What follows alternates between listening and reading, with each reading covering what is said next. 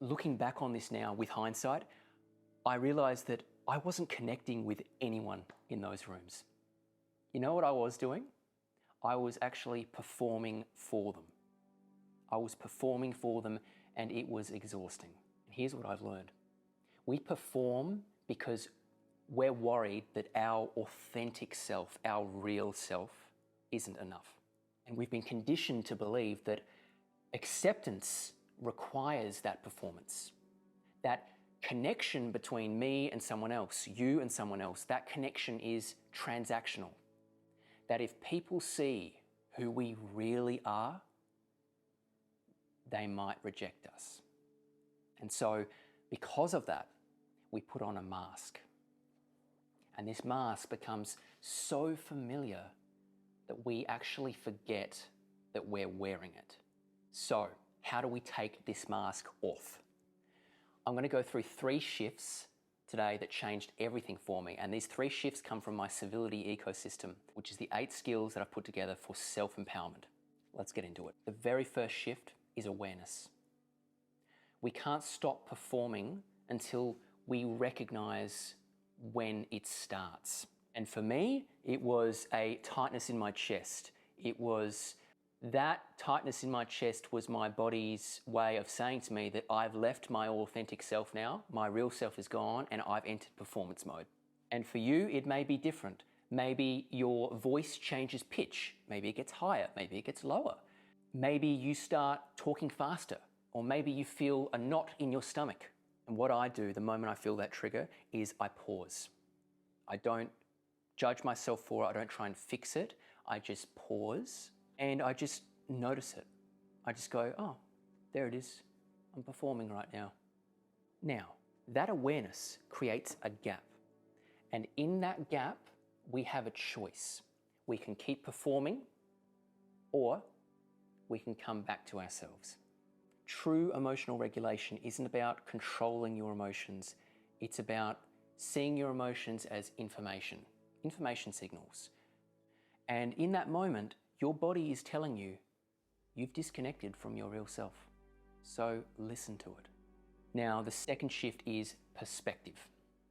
We perform because we're worried that other people are watching us, are judging us, are waiting for us to slip up.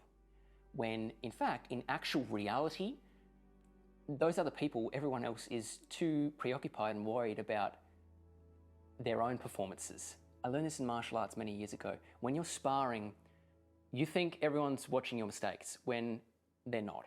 Because when you watch others spar, you're not watching their mistakes, you're actually learning from them. You're curious, you're empathetic. You're not judging them, you're learning from them. And the same is true in social situations. That person that you're trying to impress, well, they're trying to perform too. They're managing their own anxiety, their own self-doubt, their own fear of not being enough. They're managing that themselves. They won't show you, but they are.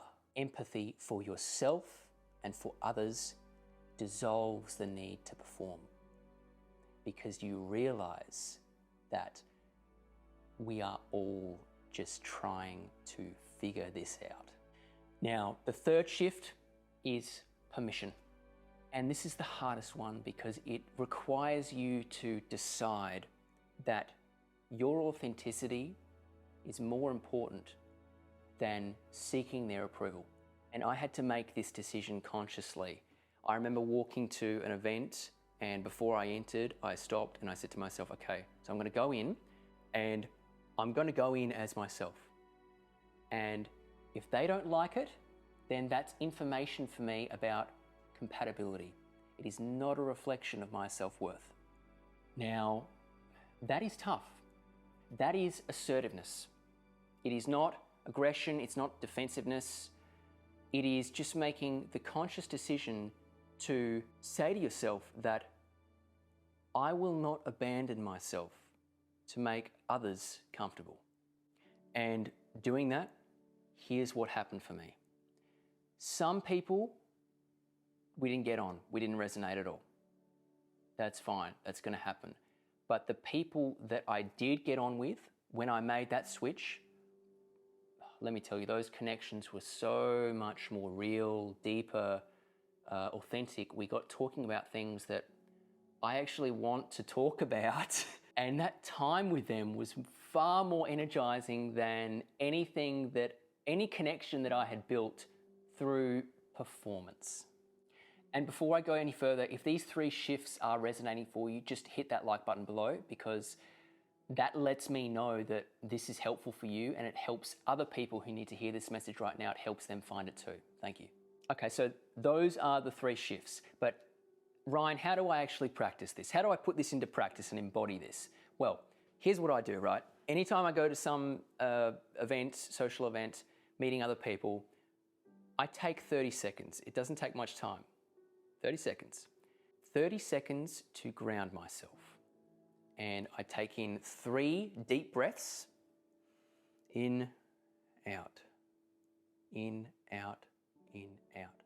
And I just ask myself, Ryan, what do I actually want from this interaction? What do I actually want? Not what do they want from me, or how do I need to appear? No, I do not ask myself that. Now, there would have been a time in my past where I would have asked myself that. Now, when I ask myself that question, these are some answers that I might think of. Well, maybe I want to learn something. Maybe I want to connect with someone, just one individual authentically. Or maybe I just want to rock up, be present, and see what happens. And when you answer that question honestly, you're no longer performing. You are just showing up with intention. And that intention becomes your anchor. When you feel yourself slipping away into performance mode, when your chest starts to tighten, when your voice starts to rise a little bit, when you start laughing at jokes that you don't normally laugh at, when you start using vocabulary that you don't normally use, come back to your intention for being there. What did I say I wanted from this? Am I honoring that right now? And that's it. 30 seconds before. One question, one anchor. And my friend, let me tell you, here is what happens when you stop performing. First, your relationships, they get deeper. You stop attracting the people that were attracted to your mask, and you start attracting the people that are attracted to your real self. Those friendships don't drain you, they energize you. Second, your self-belief becomes unshakable because it is no longer dependent on external validation. You're not waiting for someone else to tell you that you're enough. You know it. You feel it inside you. It's intrinsic. And thirdly, you reclaim your life force energy. All that energy that you were spent managing perceptions, performing for approval, all of that is just taken back centrally to you, and you can start using it again for the things that actually matter. Start building the life you want. Start connecting with the people that you want to connect with. Start becoming who you're meant to be. This right here, what we've just gone through, this is grounded presence. This is inner peace that doesn't collapse. It doesn't collapse under social pressure. It is authentic connection with someone else that doesn't require approval. And it is self-belief that doesn't need applause. I still catch myself performing at times, but I now have the tools to come back again. And so do you. So here is my question for you. Which of those 3 shifts resonated most for you? Was it recognizing your performance trigger? Was it realizing that others aren't judging you as harshly as you think they are? Or thirdly, was it giving yourself permission to be real? Let me know. Just drop it in the comments below, because I'm walking this journey with you and I'm just trying to figure all this out, same as you are. And if this video helped, just hit subscribe. On this channel, I'm exploring the 8 skills of the civility ecosystem that I've built. This is the toolkit for self-empowerment, and this today was just 3 of those skills. So there's a lot more coming, and I'd love to have you with me on the journey. Now, if you want the 60-second version of this video, well, I made a short for that, and it's right here, and you might want to check that out. I'll see you there.